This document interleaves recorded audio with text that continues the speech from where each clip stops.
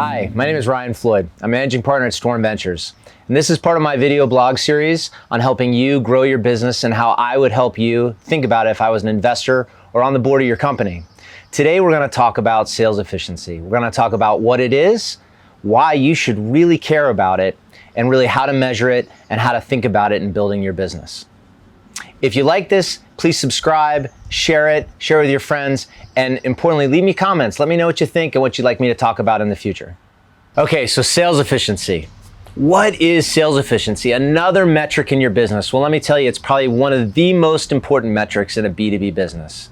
It simply looks at the cost to gain $1 of revenue. And when I talk about cost, we're going to talk about just sales and marketing costs to gain that incremental dollar of revenue. Now, some people look at customer acquisition cost, and that's interesting too, and that looks at what it costs you to acquire a new customer typically. I look at sales efficiency as looking at your sales and marketing cost to gain any incremental new dollar of revenue, which would include upsell. The reason for that is, in enterprise and B2B businesses, the upsell and making your customers successful is a very important part of building a successful company over time, which is something we'll talk about in a future series. But for now, remember, we're looking at a metric very simply is the cost to gain that incremental dollar of revenue. So all you're spending in sales and marketing against that new dollar of revenue and looking at it over the same period of time. So let's say in Q1, I spent $1 in sales and marketing, and in Q1, I gained $1 of new revenue. Those are the numbers that we'd be comparing. I'm not going to analyze any specific company in this video. If that's something people would be interested in, I'd be happy to do that in the future. But let's get into why it matters and how to think about it. Okay, so why should you care about yet another metric, sales efficiency, now that you know what it is? Sales efficiency is going to be the most important metric to tell you fundamentally whether or not your business is going to scale. Most enterprise B2B businesses, they're not going to gain economics on the sales front as you get bigger and bigger. In fact, it often gets harder and harder. So it's important to really understand your unit economics of a sale early on in the business to know whether or not that's going to scale profitably. Because ultimately, you're building a business to become profitable. And if you can't make your sales and marketing engine work profitably, it's very unlikely you're ever gonna get there in terms of the overall business, which is why I tend to focus less on R&D spend, less on G&A, because those costs will become smaller over time as an overall percentage. But in my experience, most companies have the most difficult time in terms of really controlling and understanding their sales and marketing spend.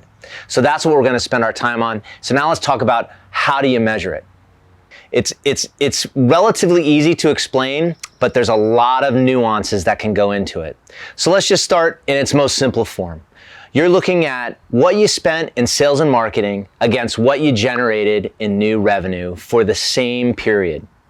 You might look at quarter to quarter. You might look at year to year. You might even look at a trailing average and comparing that same average over time. I'd probably tell you it's really hard to do it if you're trying to do it month to month. You just don't have enough data. And your numbers will be all over the place, and you'll probably spook yourself into thinking things are either going really poorly, or maybe you'll get very excited because you'll think things are going great, but it's not going to be a great trend line. So let's look at then, if you're looking at a quarterly data set, let's just make a very simple example. You spent $100 on sales and marketing, and that generated $100 of new ARR. Well, congratulations, because you've begun to build an efficient business.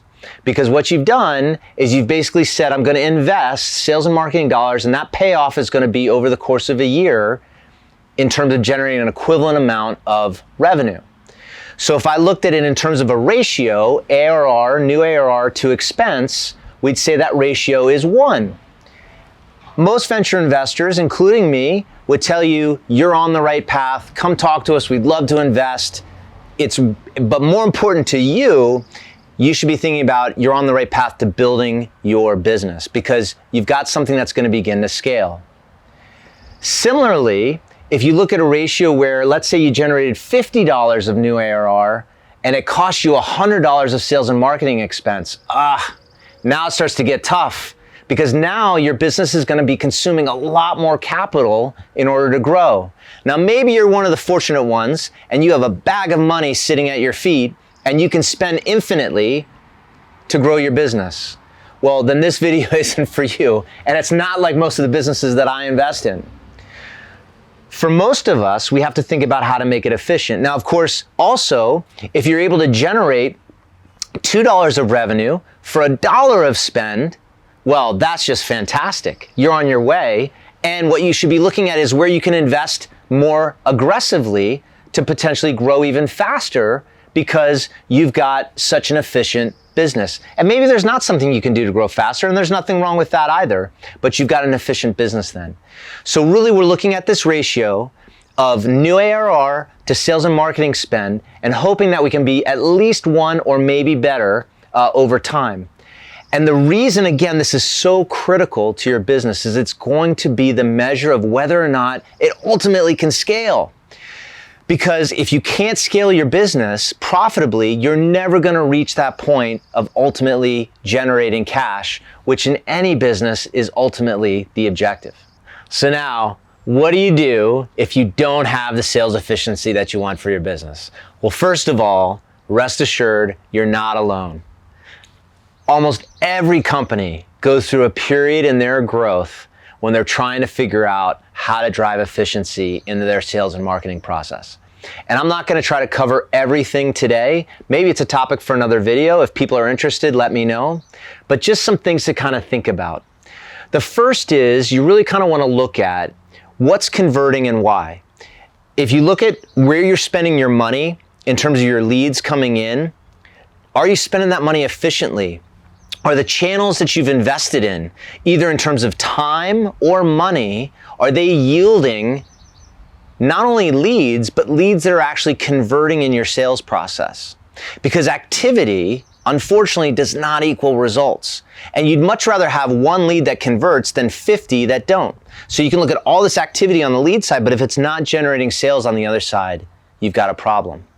Another common thing I see is that when there's not enough opportunities for sales folks to be following up on, they end up trying to brute force opportunities across the line.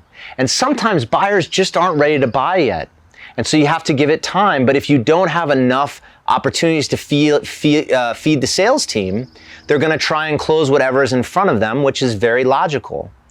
The corollary to that is, until you get some efficiency in your sales model, it makes zero sense to continue to invest and hire sales folks.